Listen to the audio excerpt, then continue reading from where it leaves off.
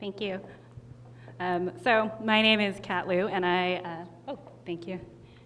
So I'm here to talk a little bit about voice UX, which, as Adam said, he hadn't heard of it before. So I'm excited to get in front of a room of a lot of UX designers and bring you into my little small world, and hopefully you can help.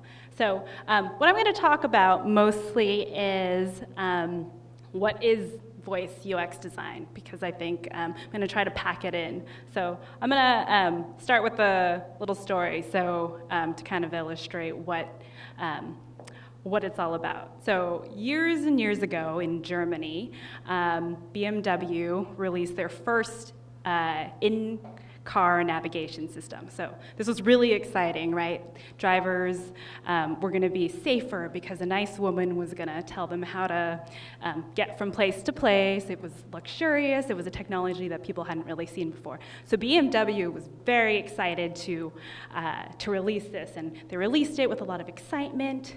But as soon as they released it, their call center got a lot of phone calls complaining how they hated this thing.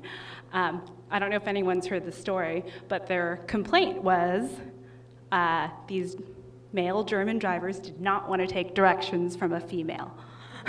So much so that BMW had a recall, actually. They called Stanford and was like, help us. So the magic of social psychology, they found a voice that worked better. It ended up being a co-pilot, male, and in between they tried a German engineer. They went from woman to German engineer thinking, oh, that would work really well, but people thought the engineers were judging them and not driving the car right. So it's a good and bad story, but this just underscores the fragility of speech and a speech interface and how important it is to have a speech designer. So that's just one example of a speech interface. Another example, or I'll just give you a couple, and you guys are very familiar with it. It can be in the realm of multimodal, which Siri, Samsung S Voice, Google Now, Google Glass, and the other is what I've worked on a lot, what I think I made this up, but it's called blind user interface, where there's no visuals to help you, if any visuals at all. This means all those phone calls you've made to customer service calls like a bank or an airline, and you tried to go to an agent because the voice prompts weren't very good, that's my fault, so I'm sorry. But I tried to make it better. So that's another example. Another example is, I think like 8 years ago, I had in my house something attached to a light where you'd come inside and you'd say, computer, turn on the light. The light would turn on, computer, turn it off. It would turn off, which is kind of like the clapper, but cooler. But this was 8 years ago, and honestly, we haven't gone much further since then. But right now is the time, as you guys can see, there's a convergence of technology that's really exciting. So again, I'm very excited to talk about. So along with that, okay, so these are kind of the things I'm gonna go over. What is voice interface? So as it turns out, humans are experts at speech. This makes it very hard to design a little bit.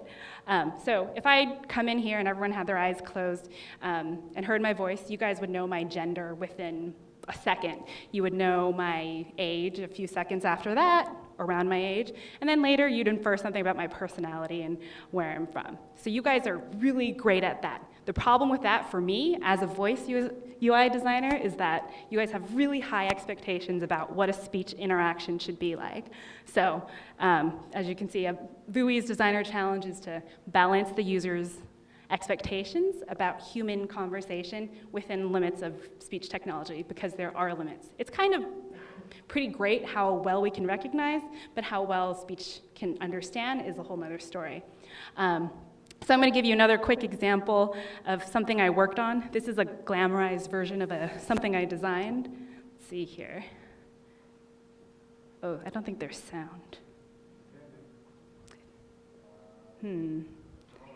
That's all right.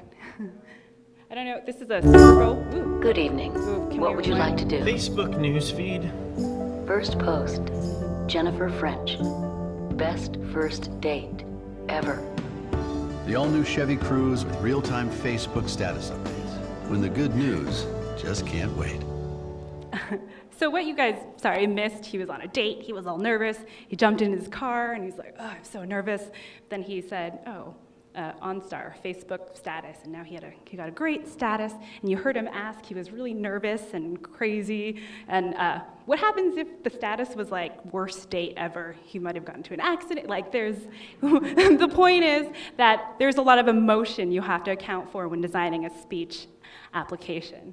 Sorry you guys didn't get to see the beginning, but it's a little glamorized version. This voice was a little more sexy than what it is today. But okay, what am I talking about next? So that's another example. So thinking about this is what kind of considerations you need to make when you do this. And it's not very far off from some traditional GUI UX, but environment and demographics. So environment, you're in a car, you need to make sure things are safe, and there's always design for distraction. So just quickly running through, speech is very social.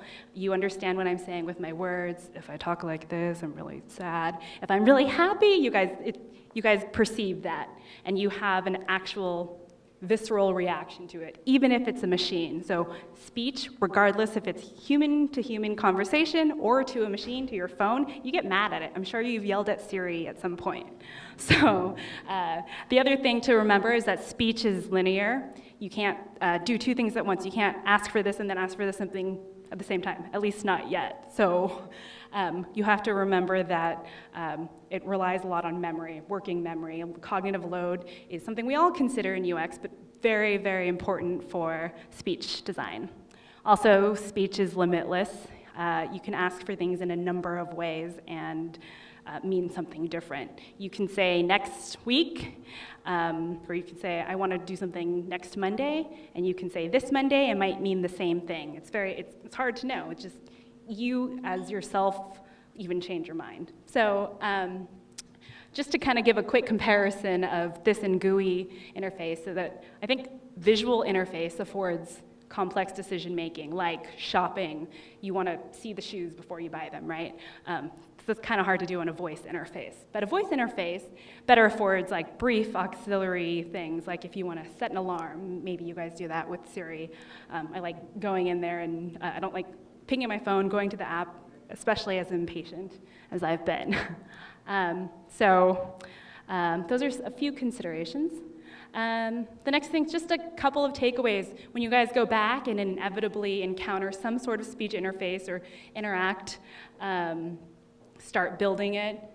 Voice interfaces are intrinsically social interfaces. So remember, if you're designing for a German man, don't use a woman's voice.